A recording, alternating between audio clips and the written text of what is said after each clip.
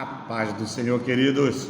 Aqui é o tio Grandão, nessa manhã com a palavra do discipulador. Isso mesmo. Vamos lá para a Bíblia? Livro de Atos, capítulo 11 e o versículo 19, 20 e 22. Amém? Diz assim: E os que foram dispersos pela perseguição que sucedeu por causa de Estevão, caminharam até a Fenícia, Chipre e Antioquia, não anunciando a ninguém a palavra, senão somente aos judeus. E havia entre alguns homens chíprios e cirenenses, os quais entraram em Antioquia, falando aos gregos, anunciando ao Senhor Jesus. E o 22, e chegou a fama destas coisas aos ouvidos da igreja que estava em Jerusalém, e enviaram Barnabé a Antioquia. Olha só, queridos, nós estamos diante de uma situação bem interessante. Barnabé, um homem que foi escolhido para assumir a igreja em Antioquia. E Barnabé foi um homem excepcional. Podemos dizer que foi um grande exemplo, ou é um grande exemplo de discipulador para os nossos dias. Mediante a isso, nós vamos comparar três visões de Barnabé que tem que estar na nossa vida quanto discipulador nos dias de hoje, ok? A primeira visão é a seguinte: olhou para a igreja e viu a graça de Deus.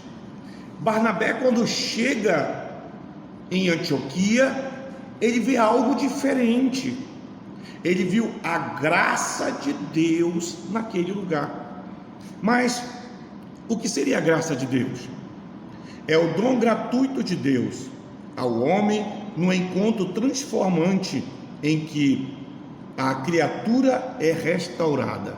Olha só, em outras palavras, Barnabé chega em Antioquia e vê salvação de almas, de vidas, transformação, novas criaturas, criatura se tornando filhos de Deus, segundo está lá no Evangelho de João, no capítulo 1.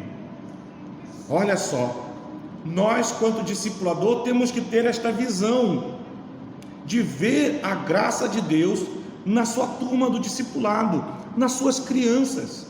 Olhar para a sua criança e ver nela a graça de Deus, a salvação, a transformação de vida que vai acontecer neles a partir de você.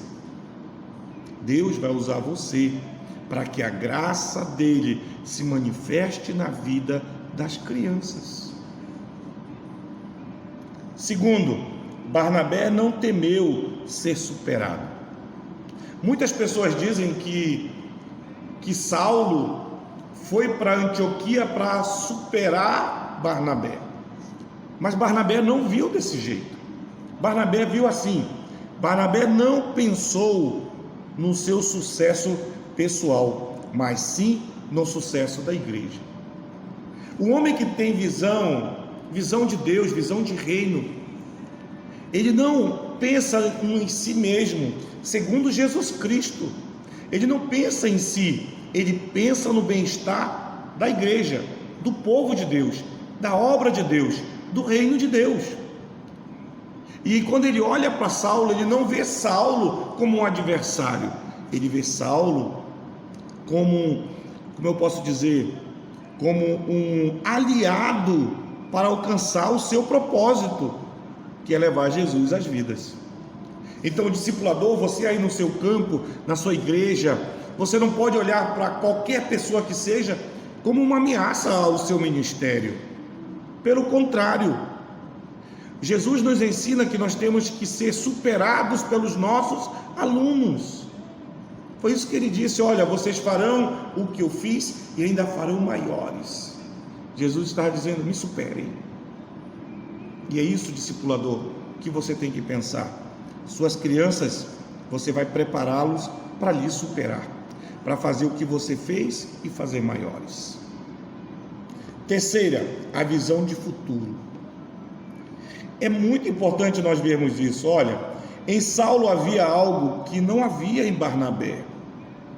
Barnabé pensou no futuro da igreja e não no seu sucesso como pastor de Antioquia. Olha só o impacto. Barnabé não estava pensando em si mesmo, no seu propósito. Eu vou ser pastor, o maior pastor desse lugar. Não. Ele estava pensando que em Saulo tinha algo que ele não tinha. E quem viu isso não foi Saulo, foi Barnabé.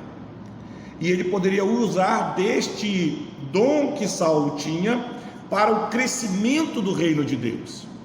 Entendeu, discipulador? Você vai ver que tem um colega seu aí perto de você, na sua equipe de discipulado, aí na sua igreja, que tem coisas que você não tem, que tem conhecimento que talvez você não tenha, mas você não vai olhar para ele como um olhar de desprezo, porque ele vai tomar seu lugar. Não, você olha para ele pensando no sucesso das suas crianças. Suas crianças são importantes. Eles é o nosso alvo. Então vamos utilizar dessas ferramentas para que o reino de Deus se manifeste na vida das crianças. Isso mesmo, discipulador. Você é o Barnabé deste tempo aí na sua igreja. Então vamos trabalhar com afinco, sem pensar em nós mesmos, mas pensarmos nas nossas crianças, em alicerçá-los na palavra de Deus, fortalecê-los, para que um dia, não tão distante, eles venham nos substituir e possamos construir uma igreja sólida, com bases sólidas e firmadas em Jesus Cristo. Amém, discipuladores? Que o Senhor Jesus te dê um dia abençoado, poderoso no seu trabalho e na sua igreja, em nome de Jesus. A paz do Senhor.